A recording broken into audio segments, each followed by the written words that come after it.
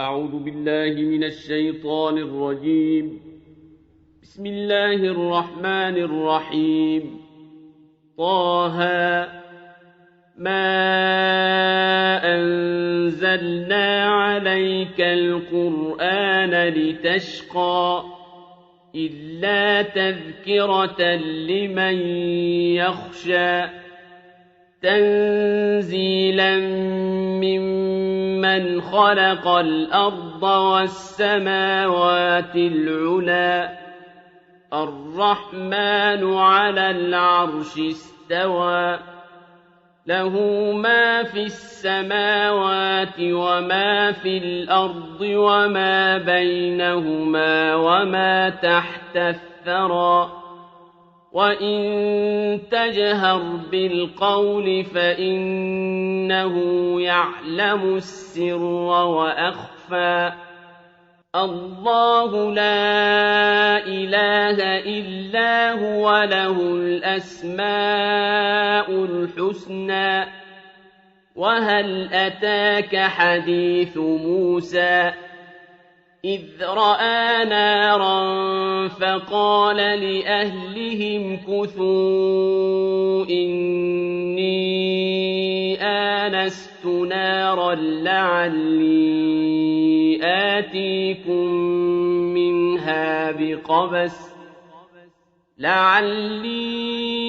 آتيكم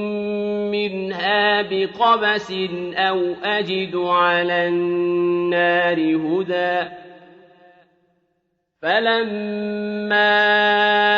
أتاها نودي يا موسى إني أنا ربك فاخلع نعليك إنك بالواد المقدس طوى وأنا اخترتك فاستمع لما يوحى إنني أنا الله لا إله إلا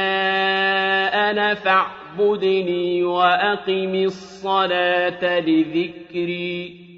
إن الساعة آتية أكاد أخفيها لتجزى كل نفس بما تسعى فلا يصدنك عنها من لا يؤمن بها واتبع هواه فتردى وما تلك بيمينك يا موسى قال هي عصاي أتوكأ عليها وأهش بها على غنمي ولي فيها مآرب أخرى قال ألقها يا موسى فألقاها فإذا هي حية تسعى قال خذها ولا تخف سنعيدها سيرتها الأولى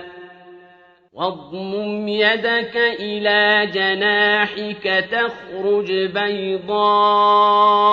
من غير سوء آية أخرى لنريك من آياتنا الكبرى اذهب إلى فرعون إنه طغى قال رب اشرح لي صدري ويسر لي أمري واحلل عقدة من لساني يفقه قولي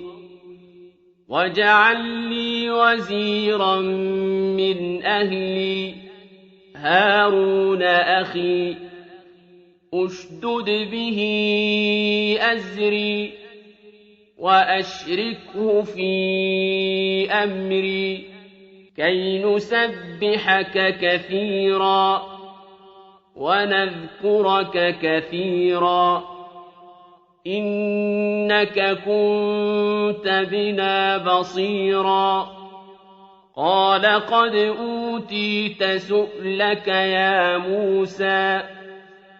وَلَقَدْ مَنَنَّا عَلَيْكَ مَرَّةً أُخْرَىٰ إِذْ أَوْحَيْنَا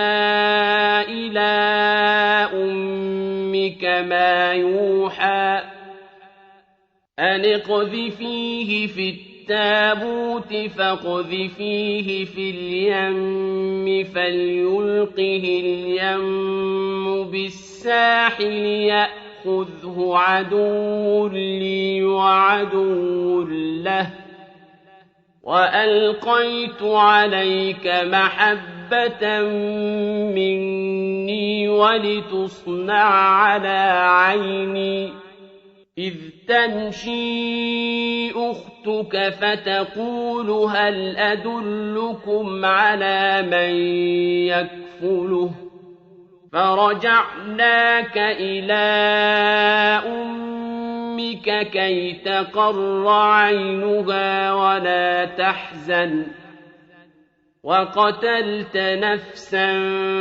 فَنَجَّيْنَاكَ مِنَ الْغَمِّ وَفَتَنَّاكَ فُتُونًا فَلَبِثْتَ سِنِينَ فِي أَهْلِ مَدْيَنَ ثُمَّ جِئْتَ عَلَىٰ قَدَرٍ يَا مُوسَىٰ وَاصْطَنَعْتُكَ لِنَفْسِي اذْهَبْ أَنتَ وَأَخُوكَ بِآيَاتِي وَلَا تَنِيَا فِي ذِكْرِي اذْهَبَا إِلَىٰ فِرْعَوْنَ إِنَّهُ طَغَىٰ فَقُولَا لَهُ قَوْلًا لَّيِّنًا لَّعَلَّهُ يَتَذَكَّرُ أَوْ يَخْشَىٰ قَالَا رَبَّنَا إِنَّنَا نَخَافُ أَن يَفْرُطَ عَلَيْنَا أَوْ أَن يَطْغَىٰ قَالَ لَا تَخَافَا إِنَّنِي مَعَكُمَا أَسْمَعُ وَأَرَىٰ فَأْتِيَاهُ فَقُولَا إِنَّا رَسُولَا رَبِّكَ فَأَرْسِلْ مَعَنَا بَنِي إِسْرَائِيلَ وَلَا تُعَذِّبْهُمْ قَدْ جِئْنَاكَ بِآيَةٍ مِّن رَّبِّكَ وَالسَّلَامُ عَلَىٰ مَنِ اتَّبَعَ الْهُدَىٰ إِنَّا قَدْ أُوحِيَ إِلَيْنَا أَنَّ الْعَذَابَ عَلَىٰ مَن كَذَّبَ وَتَوَلَّىٰ قَالَ فَمَن رَّبُّكُمَا يَا مُوسَىٰ قَالَ رَبُّنَا الَّذِي أَعْطَىٰ كُلَّ شَيْءٍ خَلْقَهُ ثُمَّ هَدَىٰ قَالَ فَمَا بَالُ الْقُرُونِ الْأُولَىٰ قَالَ عِلْمُهَا عِندَ رَبِّي فِي كِتَابٍ لَّا يَضِلُّ رَبِّي وَلَا يَنسَى الَّذِي جَعَلَ لَكُمُ الْأَرْضَ مَهْدًا وَسَلَكَ لَكُمْ فِيهَا سُبُلًا وَأَنزَلَ مِنَ السَّمَاءِ مَاءً فَأَخْرَجْنَا بِهِ أَزْوَاجًا مِّن نَّبَاتٍ شَتَّىٰ كُلُوا وَارْعَوْا أَنْعَامَكُمْ إِنَّ فِي ذَٰلِكَ لَآيَاتٍ لِّأُولِي النُّهَىٰ مِنْهَا خَلَقْنَاكُمْ وَفِيهَا نُعِيدُكُمْ وَمِنْهَا نُخْرِجُكُمْ تَارَةً أُخْرَىٰ وَلَقَدْ أَرَيْنَاهُ آيَاتِنَا كُلَّهَا فَكَذَّبَ وَأَبَىٰ قَالَ أَجِئْتَنَا لِتُخْرِجَنَا مِنْ أَرْضِنَا بِسِحْرِكَ يَا مُوسَىٰ فلنأتينك بسحر مثله فاجعل بيننا وبينك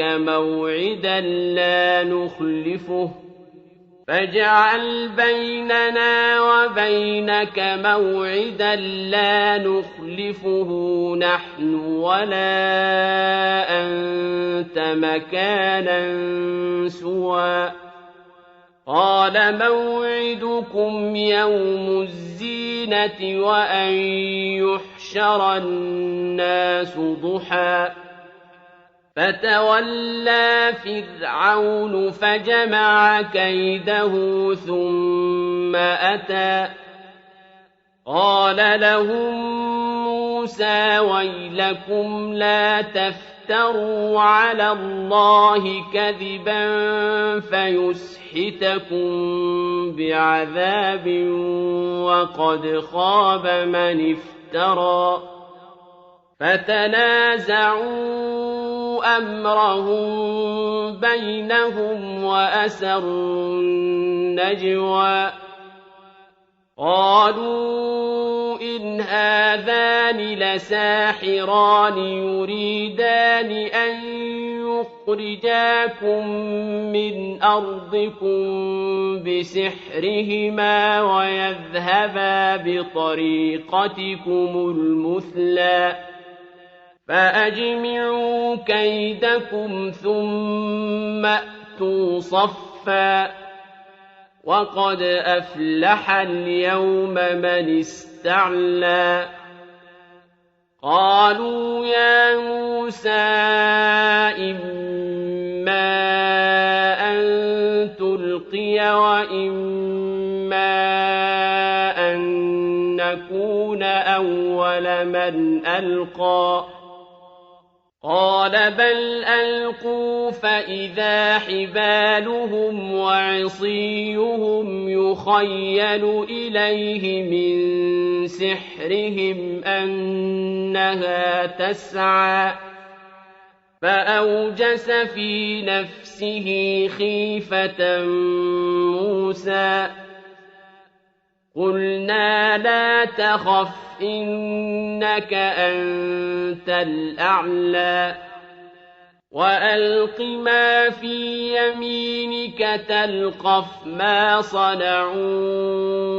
إنما صنعوا كيد ساحر ولا يفلح الساحر حيث أتى فألقي السحرة سجدا قالوا آمنا برب هارون وموسى قال آمنتم له قبل أن آذن لكم إنه لكبيركم الذي علمكم السحر فلأقطعن أيديكم وأرجلكم من خلاف ولأصلبنكم في جذوع النخل ولتعلمن أينا أشد عذابا وأبقى قالوا لن نؤثرك على ما جاءنا من البينات والذي فطرنا فاقض ما أنت قاض إنما تقضي هذه الحياة الدنيا إنا آمنا بربنا ليغفر لنا خطايانا وما أكرهتنا عليه من السحر والله خير وأبقى إنه من يأت ربه مجرما فإن له جهنم لا يموت فيها ولا يحيا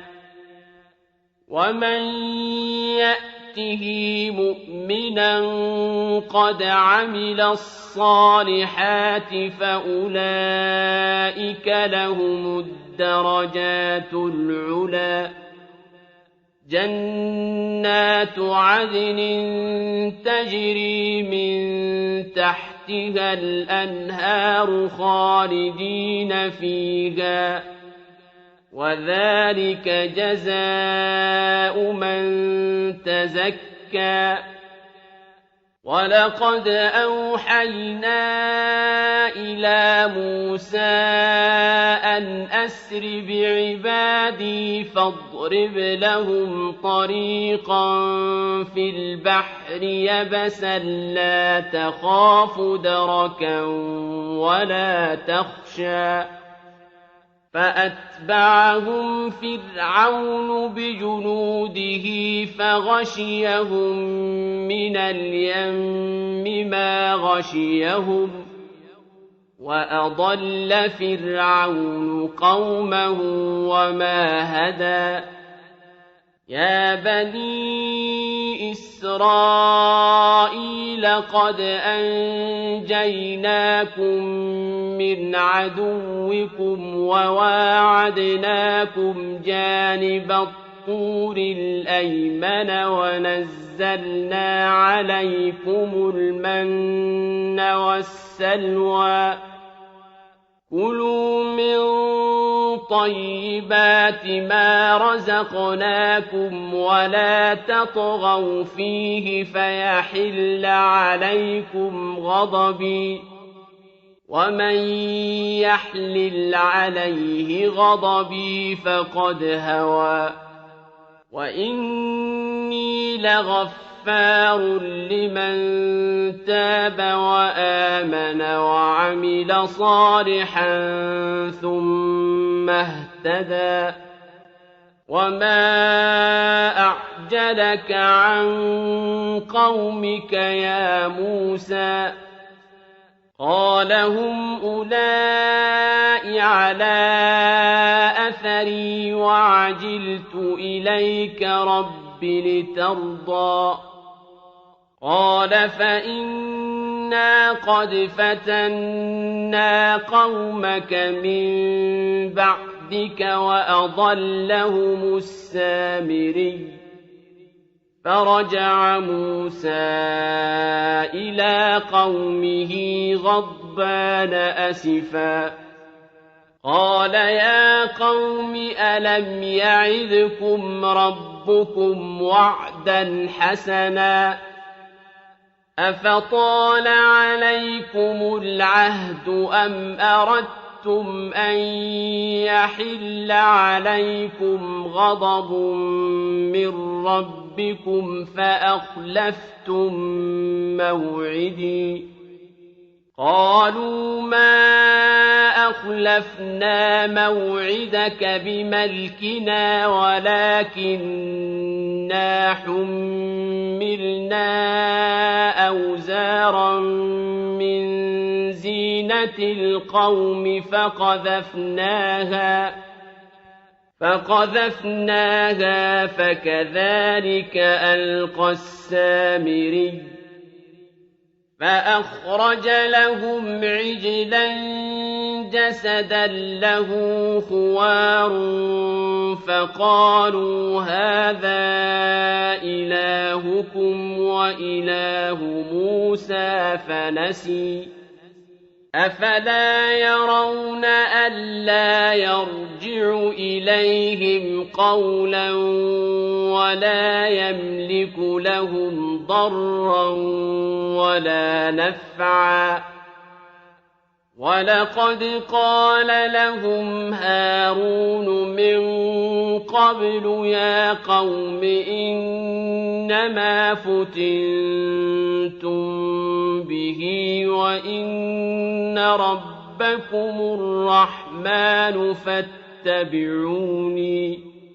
وإن ربكم الرحمن فاتبعوني وأطيعوا أمري قالوا لن نبرح عليه عاكفين حتى يرجع إلينا موسى قال يا هارون ما منعك إذ رأيتهم ضلوا ألا تتبعني أفعصيت أمري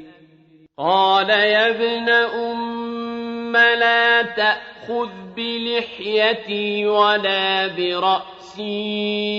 إني خشيت أن تقول فرقت بين بني إسرائيل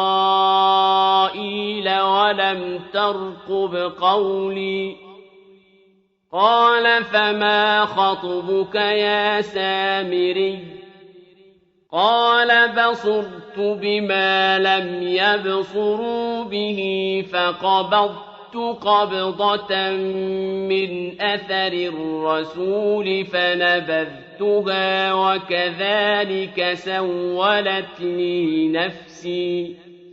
قال فاذهب فإن لك في الحياة أن تقول لا مساس وإن لك موعدا لن تخلفه وانظر إلى إلهك الذي ظلت عليه عاكفا لنحرقنه ثم لننسفنه في اليم نسفا إنما إلهكم الله الذي لا إله إلا هو وسع كل شيء علما كذلك نقص عليك من أنباء ما قد سبق وقد آتيناك من لدنا ذكرا من أعرض عنه فإنه يحمل يوم القيامة وزرا خالدين فيه وساء لهم يوم القيامة حملا يوم ينفخ في الصور ونحشر المجرمين يومئذ زرقا يتخافتون بينهم إن لبثتم إلا عشرا نحن أعلم بما يقولون إذ يقول أمثلهم طريقة إن لبثتم إلا يوما ويسألونك عن الجبال فقل ينسفها ربي نسفا فيذرها قاعا صفصفا لا ترى فيها عوجا ولا أمتا يومئذ يتبعون الداعي لا عوج له وخشعت الأصوات للرحمن فلا تسمع إلا همسا يومئذ لا تنفع الشفاعة إلا من أذن له الرحمن ورضي له قولا يعلم ما بين أيديهم وما خلفهم ولا يحيطون به علما وعنت الوجوه للحي القيوم وقد خاب من حمل ظلما ومن يعمل من الصالحات وهو مؤمن فلا يخاف ظلما ولا هضما وكذلك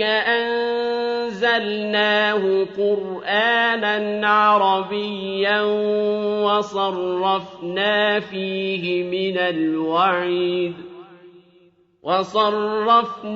فيه من الوعيد لعلهم يتقون أو يحدث لهم ذكرا فتعالى الله الملك الحق ولا تعجل بالقرآن من قبل أن يقضى إليك وحيه وقل رب زدني علما ولقد عهدنا إلى آدم من قبل فنسي ولم نجد له عزما وإذ قلنا للملائكة اسجدوا لآدم فسجدوا إلا إبليس أبى فقلنا يا آدم إن هذا عدو لك ولزوجك فلا يخرجنكما من الجنة فتشقى إن لك ألا تجوع فيها ولا تعرى وأنك لا تظمأ فيها ولا تضحى فوسوس إليه الشيطان قال يا آدم هل أدلك على شجرة الخلد وملك لا يبلى فأكلا منها فبدت لهما سوآتهما وطفقا يخصفان عليهما من ورق الجنة وعصى آدم ربه فغوى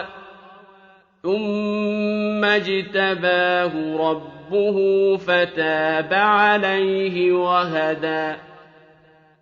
قال اهبطا منها جميعا